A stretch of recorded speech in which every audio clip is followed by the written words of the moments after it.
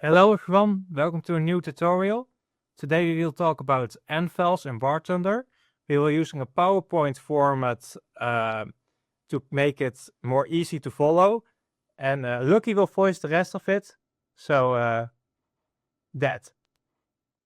How do end files work? RGB channels. 1. Red channel. This determines the shininess or specular reflection of the surface. Lighter red values indicate more reflective or shiny areas, while darker values represent less reflective surfaces. 2. Green channels. They define surface bumps and details through variations in intensity, so lighter green areas appear more raised or textured, while darker areas appear smoother. 3. Blue channel. This indicates whether the surface is painted or bare metal.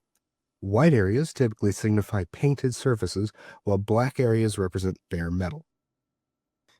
In Photoshop we went to the channels menu on the right. In channels menu we selected the red channel. If we select the red channel, we will see this in Photoshop and this is how it will look in game. All right, but if we were to paint it white, that is to turn the smoothness to the maximum, we'd get this. It's very shiny. However, if we were to do the opposite and paint it black, we'd get something that's very flat, very matte. It's not shiny really at all. The blue channel. Everything is exactly the same with the metallicity map, the blues, as it was with the previous red map. The green channel. The base color is gray, which simply means the surface is flat. The lighter the surface will be more convex. The darker, on the contrary, will be more hollow. For example, let's flatten completely the turret of our T-3485 by making both layers of normals evenly gray. Pick 1 and pick 2.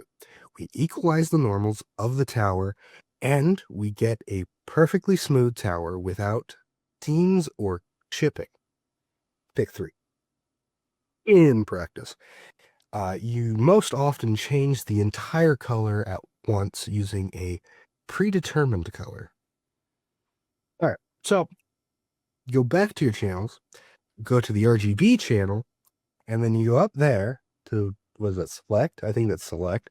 And then you go down to color change, or color range. It's the range, that's right. Selecting the area with your color range tool, go and select the eyedropper tool. From that panel, select whatever color you want to change.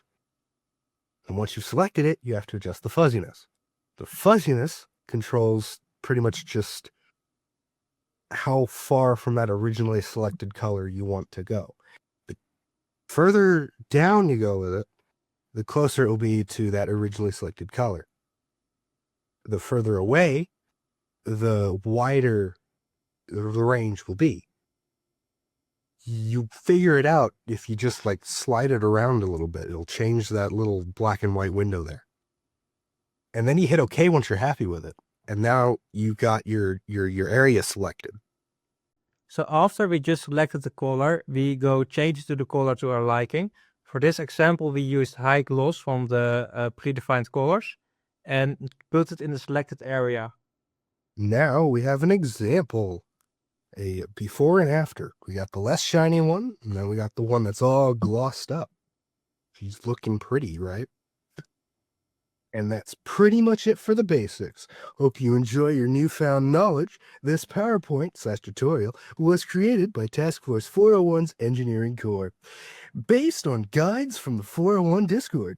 For more information, check out the Discord below. So stay cool, stay in school, and don't do drugs. Goodbye.